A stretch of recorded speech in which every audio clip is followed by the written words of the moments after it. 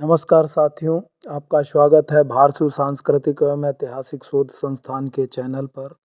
साथियों, गत 26 नवंबर को सुप्रीम कोर्ट के प्रांगण में डॉक्टर भीमराव अंबेडकर की मूर्ति का अनावरण करने के पश्चात राष्ट्रपति ने सीजेआई और कानून मंत्री की उपस्थिति में भारत सरकार को ये सलाह दी कि आईजीएस की स्थापना होनी चाहिए ताकि करोड़ मेधावी छात्रों को भी मौका मिले कि वो हाई कोर्ट और सुप्रीम कोर्ट के जज बन सकें।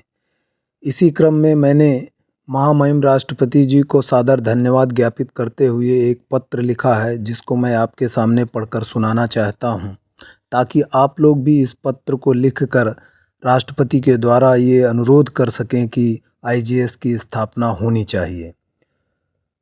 साथियों, प्रतिष्ठा में माननीय द्रौपदी मुर्मू, भारत के महामहिम राष्ट्रपति, राष्ट्रपति भवन, नई दिल्ली महोदय, संविधान दिवस के अवसर पर 26 नवंबर 2023 को आप द्वारा जजों के चयन हेतु संविधान के अनुच्छेद 312(1) में वर्णित भारतीय न्यायिक सेवा के गठन के लिए सरकार को सलाह देने के लिए सादर साधुवाद।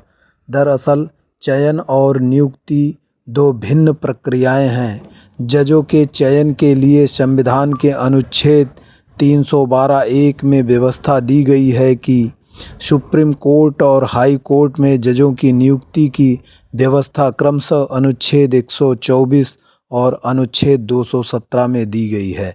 संविधान के अनुच्छेद 312(1) में मैं सभी अखिल भारतीय सेवाओं के साथ ही अखिल भारतीय न्यायिक सेवा की व्यवस्था भी है।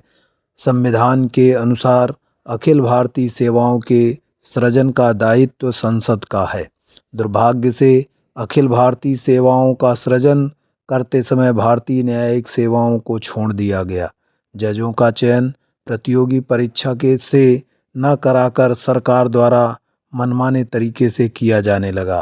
कालांतर में जजों के चयन की कॉलेजियम पद्धति अस्तित्व में आई।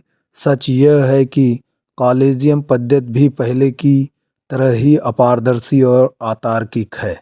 वर्तमान व्यवस्था में तमाम प्रतिभाशाली अभ्यर्थियों को परीक्षा का अवसर ही नहीं मिलता। प्रतिभाशाली अभ्यर्थियों को अवसर न देना उनके साथ अन्याय है। यह देश के साथ भी अन्याय कहा जाएगा। सुप्रीम कोर्ट द्वारा प्रस्तावित कॉलेजियम पद्धति और अब सरकार द्वारा प्रस्तावित न्यायिक नियुक्ति आयोग दोनों में प्रतिभाशाली अभ्यर्थियों को अवसर से वंचित कर दिया जाता है, जो संविधान की भावना और व्यवस्था के विपरीत है। दुर्भाग्य से 26 नवंबर 2023 को दिए गए उक्त वक्तव्य के बाद कुछ शरारती तत्व सोशल मीडिया पर सक्रिय हो गए।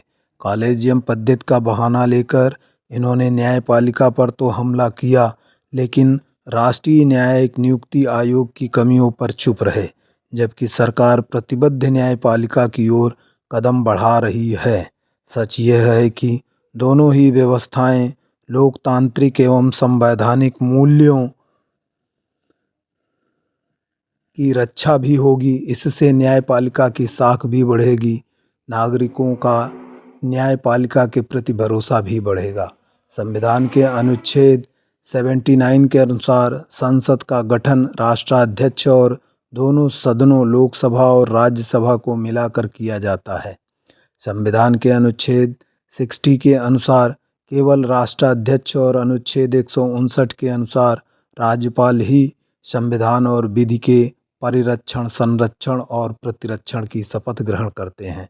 संविधान के अनुच्छेद 86 के अनुसार राष्ट्राध्यक्ष को सदनों में अभिभाषण करने और संदेश भेजने का अधिकार है। संविधान के अनुच्छेद 312(1) के अनुसार संसद ही भारतीय न्यायिक सेवा का सृजन करने में सक्षम है। अतः 1 दिसंबर 2022 को भेजे गए अपने आवेदन पत्र के क्रम में हम आपसे पुनः विनम्र अनुरोध करते हैं और दोबारा ये पत्र लिखते हैं कि कृपया भारतीय न्यायिक सेवा सृजन करने के लिए संसद के सदनों को संदेश भेजने की कृपा करें ताकि उच्च न्यायपालिका में पारदर्शी तरीके से जजों का चयन और नियुक्ति हो सके और लोकतांत्रिक तथा संवैधानिक मूल्यों की रक्षा हो सके। आदर सहित भवदीय डॉक्टर यशवंत सिंह, अध्यक्ष, बाहर शिव सांस्कृतिक एवं ऐतिहासिक शोध संस्थान। मेरा पत्र लिखने का आशय इतना है कि हमारे विधि के छात्रों और मेधावी छात्रों को हाई कोर्ट और सुप्रीम कोर्ट में जज बनने का अवसर प्राप्त हो